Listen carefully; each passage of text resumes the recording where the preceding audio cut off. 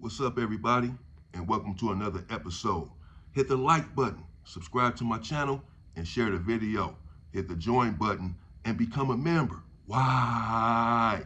Well, members get exclusive content. Hit the bell icon on my channel so that you will receive a notification every time that I drop a video. You can go and check it out, like the video, and leave a comment. I appreciate everyone's support. Let's get into it. Part 2. This probably won't take too long. Again, I got word out to my comrade, my #1 dog, Big Black from 107 Hoover. Rest in peace. About this guy that had just ratted on me. Big Black told me later, and I understand, he didn't even know why I was in the hole. People just came and told him, man, they just came and got him, bro. They came in and said and got him. We don't know what the hell going on. Nobody knew why I was in the hole. No one was connecting the dots that this guy, everyone knew that I punched on him, but nobody thought that this is why I was in the hole. Hell, I was surprised myself when they came and got me for it. So it didn't take me long to get word out to Big Black. I also knew that had I not even got word out to him, or got the paperwork out to him, had just sent word out that, man, this dude snitched on, he would have got him. Even though really that's a violation because you need the paperwork. So I didn't even want to put him in that situation, but I didn't have to anyway because I already had the paperwork from day one. The police turned him in. They are not his friends. And so I sent the paperwork out with the kite to Big Black, and I sat back in my cell in the hole and kicked my feet up, knowing that the end for this guy was nigh. I explained to Big Black, hell, the paperwork explained it, that this guy does not have the moxie and chutzpah to hang with us anymore. Hell, he shouldn't be around the face of the earth, really. However, I knew that Big Black was not going to try to unalive the guy simply because he was the big homie's little brother. However, he is still flouted and transgressed against really the #1 rule, not to tell. I got word out and I kicked back. And Big Black told me later, I heard everything from him himself, how everything went down. Even though when I got back to the yard, people were already telling me, but he told me himself later on when we talked about it. He said that he got the guy in the cell with him. He told the dude from Linwood, man, move in the cell with me, bro. You know, we homies. They chopping it up and all that. Move in the cell with me. The little bro ain't on the yard no more. We ain't as thick anymore. Move in the cell with me. Make sure everything is tight with the car. He said, oh, okay, yeah, for sure, big homie. Yeah, all right. I'll move in the cell with you. Now, the reason for this, excuse me, is because sometimes when you try to attack someone on the yard, particularly with a weapon, they can run. And if they see you coming with it, they'll run. Or once you hit them one time, they'll run and they'll get away.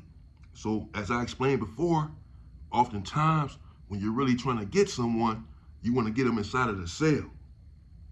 Nowhere to really run to. You get in there and close the door. It's just you and that guy. And it is what it is. He has to fight for his life.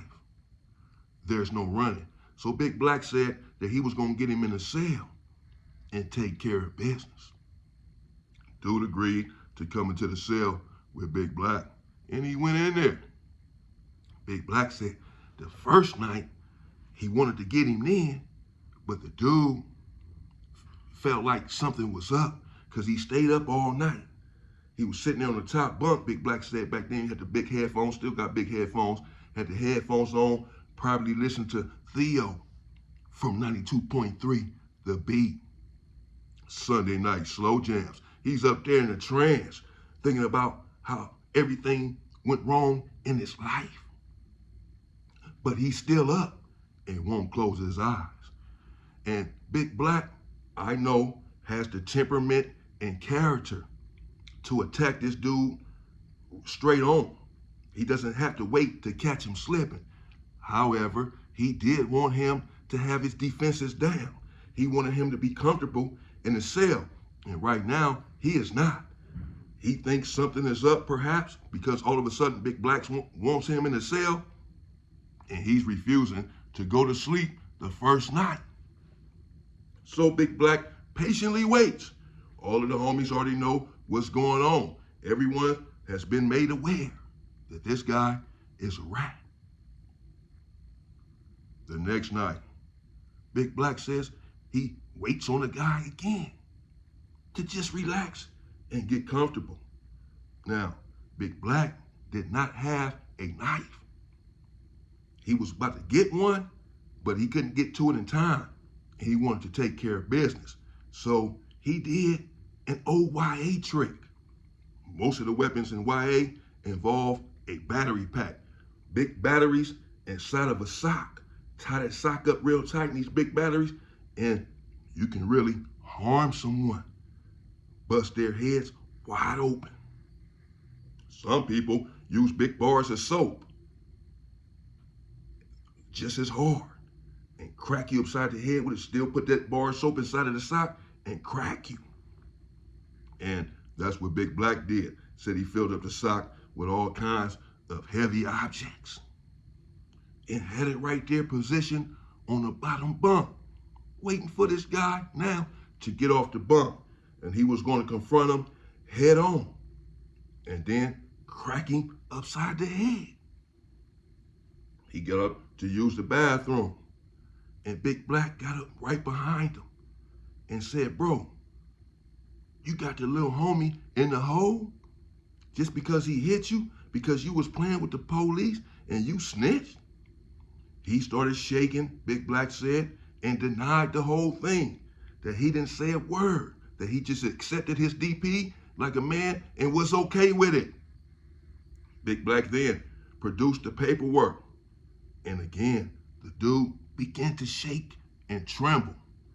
However, Black was not persuaded. He said that he grabbed the weapon and started swinging on the guy. The guy started putting his hand up, begging essentially for his life. Big Black said he did get a couple of good licks in right there on the skull. After he busted him up and he was bleeding profusely, Big Black said he kicked on back for a minute and told the dude to get back on his bunk after he cleaned himself up. Big Black said he was going to wait for a little while because it had already made too much noise and then attack him again. But before he could, the dude all of a sudden started yelling real loud for the police. Even though he was real injured, Big Black said he was down like this, he started yelling. Big Black then got the weapon out again and started busting him up upside the head again, since he knew at this juncture that he was going down. And he basically knocked the dude out. Started flushing the soap and the batteries, whatever, the sock, the weapon, and kicked back on his bunk. The police came, bum rushed him, handcuffed him, and took him out into the hole he came. Right when he was coming to the hole, a couple of days later, I was leaving the hole because it was just a fight, basically. Our dude just accused me of hitting him. They didn't leave me in the hole too long for that, like a week or so, like a week and a half or something. I was back. And then Big Black did come back and explain. They did not file charges against Big Black, thankfully. The dude didn't, I guess maybe he said that he did not want to press charges or whatever.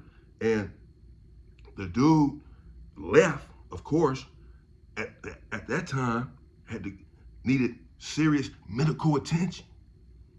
And he left. And I never heard anything else about the guy. I don't think Big Black did either. I don't know what happened to the dude, other than him getting his head busted open for flouting the rule and playing with the police.